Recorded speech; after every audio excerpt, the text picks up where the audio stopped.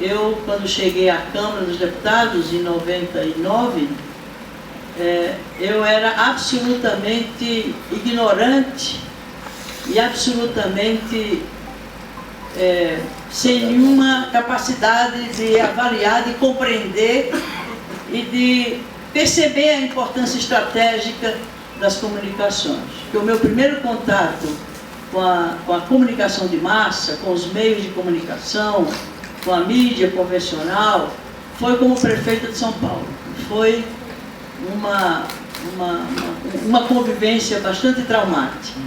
Porque a elite paulistana, resolveu se vingar de eu ter, ou do meu partido na época, e dos trabalhadores e trabalhadoras na época, terem eleito uma nordestina, uma mulher, uma petista, uma mulher de esquerda, de origem humilde, migrante nordestina, prefeita de São Paulo, que foi uma zebra. Nem o meu partido, nem ninguém contava com a possibilidade de a gente chegar ao governo de São Paulo.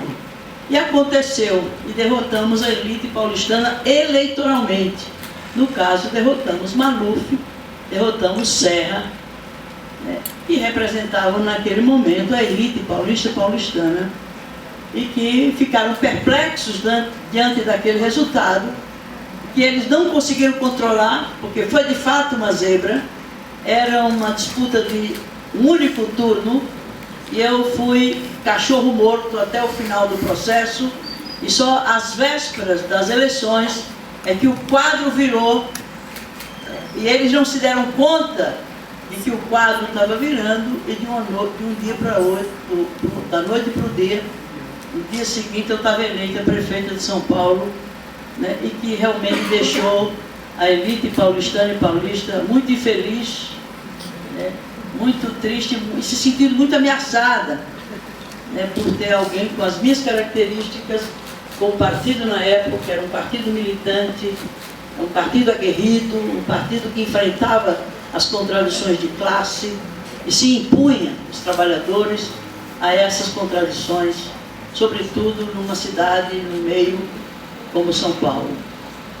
Bom, depois nós não fomos competentes o suficiente para combater a perseguição da elite através da mídia, dos meios convencionais, e os jornalistas, um ou outro, que eram amigos nossos, contavam que cada dia eles reuniam para fazer a pauta do dia ou do dia seguinte, e a primeira pergunta era o que é que existe para a gente bater e combater em relação à prefeitura e à prefeita Luísa Erundina. Era essa pauta discutida diariamente na perspectiva de desestabilizar o governo e de inviabilizar, portanto, aquela primeira experiência de esquerda, progressista, de governo na cidade de São Paulo.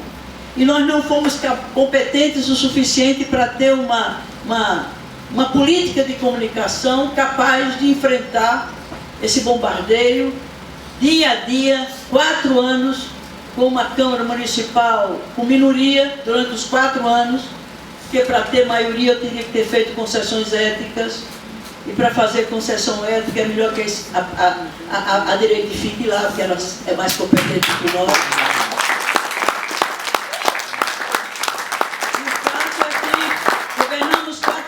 Com minoria na Câmara e com o Tribunal de Contas, que era um instrumento político contra o governo.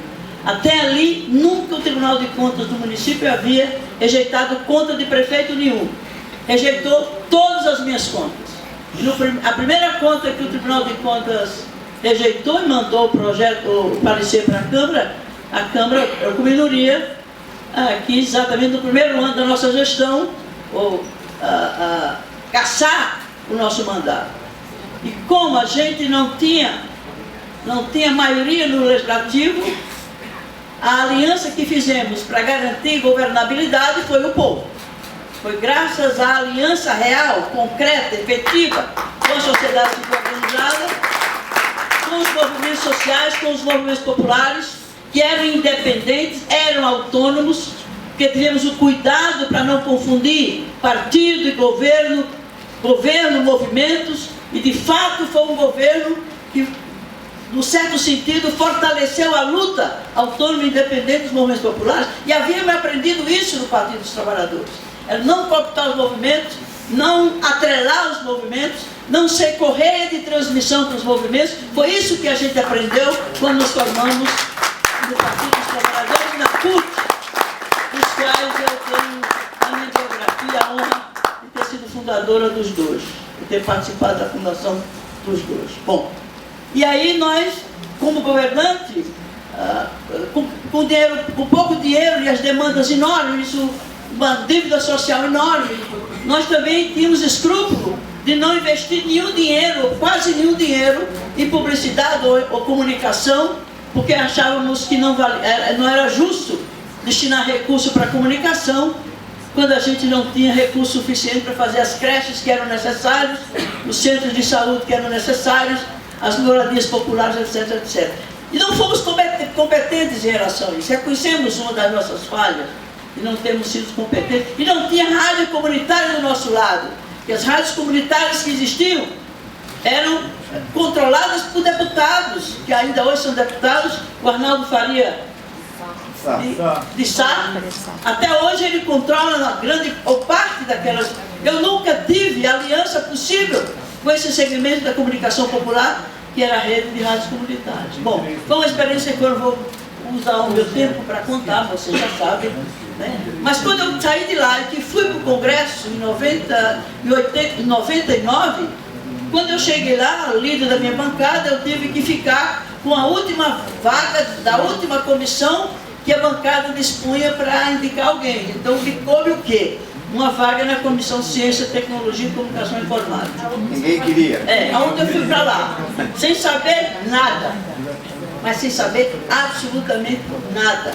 Era grego para mim, esses termos que hoje eu já conheço um pouquinho mais. Já tenho um pouco mais de domínio, graças à convivência com vocês e graças a eu ter que ser desafiada naquela Comissão de Ciência, Tecnologia e Comunicação, né, de exatamente lidar com essa questão, e eu descobri o caráter estratégico dessa questão, mas descobri na marra, e descobri comparando as questões que eu entendia que eram questões principais, no caso de uma reforma estrutural do país, e que eu havia, né, vinculado minha existência, minha vida militante toda a ela, que era a luta pela reforma agrária. Eu sou nordestina, família de agricultor sem terra, acompanhei muito das ligas camponesas, dos enfrentamentos da pastoral da terra lá no Nordeste, eu participei num certo sentido disso. Eu achava, é a reforma agrária que tem que fazer em primeiríssimo plano para a gente mudar a realidade desse país. Uma realidade que eu vivi como nordestina, de família pobre e numerosa, sujeita às penalidades da seca.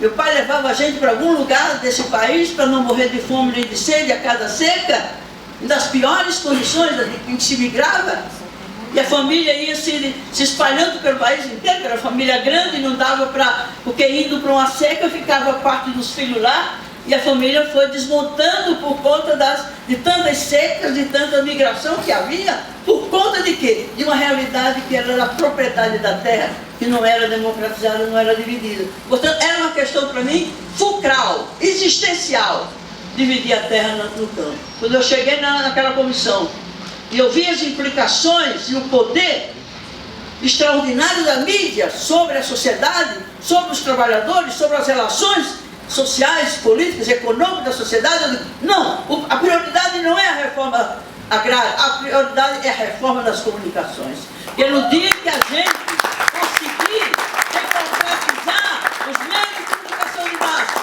em que o povo tem direito não só de assistir, mas também de informar, de se manifestar, de transmitir ideias, valores, concepções, cultura, aí sim, todas as outras reformas se farão por força da sociedade, sobretudo das classes populares, para promovermos as outras reformas estruturais. E, lamentavelmente, os nossos governos não tiveram vontade, coragem e decisão de promovê-la porque a preocupação com a sustentabilidade ou com a governabilidade estava focado no lugar errado. Você não garante sustentabilidade nem governabilidade com os inimigos do povo. Se era um governo popular, um governo dos trabalhadores, não vamos dormir com o inimigo. Eu acho que o PT, Lula e Dilma dormiram com os inimigos de classe durante todos os governos e por isso não enfrentaram as questões estruturais importantes. Por isso estamos hoje ameaçados. Né? Já está em curso um golpe. E golpe significa perdas de conquistas democráticas importantes. E quem vai perder está perdendo e vai perder mais ainda se nós não formos capazes de reverter esse quadro, não a curtíssimo prazo, porque não vai ser possível, é pôr de novo o povo na rua. Mas um povo consciente da sua força, consciente dos seus direitos, consciente da importância do que é democracia. Democracia é para o povo, porque não ter democracia é bom para os poderosos, que tem a autonomia política, a autonomia econômica e a autonomia pela vida toda de toda a sociedade. A democracia é uma conquista absolutamente indispensável para quem luta pela sua sobrevivência, pelo direito a existir, que somos nós, os trabalhadores. Então a democracia não é uma causa burguesa, da pequena burguesia, é uma causa dos trabalhadores. Depende de que democracia a gente esteja falando. Então são os meios de comunicação de massa que nos permitem, ou nos permitiria exatamente fazer com que o povo tivesse o domínio das informações, a sua capacidade crítica de analisar os fatos e de transmiti-los, interpretá-los do modo como as pessoas veem e concebem essa realidade. Lamentavelmente isso não existe ainda, porque não se teve a condição exatamente de controlar, controle público sobre as comunicações, que hoje funcionam como um partido político. Na minha fala, lá no sábado de manhã, não no sábado à noite, não no domingo, na manifestação que eu fiz, eu colocava como raiz da crise profunda que vivemos hoje no país, né, exatamente duas reformas que não se fizeram. E a reforma política estrutural, que fosse fundo a superação das distorções do sistema político, né, sobre o qual se disputa o poder e se exerce o poder nesse país. E eu denunciava a inadequação do presidencialismo de coalizão, em que se ganha a eleição e não se perde o poder. Porque não digamos que temos poder, que fica nas mãos dos mesmos sempre, inclusive aqueles que sustentaram, que deram o golpe militar e sustentaram a ditadura durante 21 anos, são os mesmos hoje que têm o poder desde o primeiro governo Lula. E o Lula e Dilma e companhia abdicando da aliança com o povo, domesticando o movimento sindical, desestimulando a organização autônoma e independente dos movimentos sociais.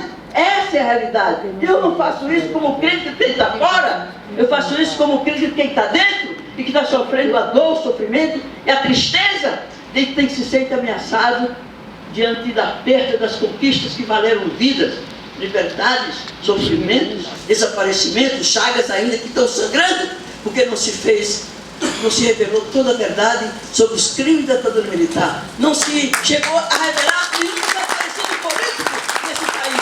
E isso é uma questão política, e que a história vai nos cobrar a todos nós, que pagamos pela ditadura, e estamos hoje a pagar pelos erros nossos na condução institucional do poder no país, porque não fomos capazes de politizar o povo, de manter o povo organizado, mobilizado, consciente da sua força e com decisão de lutar por esses direitos e fazer valer essa força. Isso passa pelas comunicações, isso passa pela comunicação, isso passa pela cultura.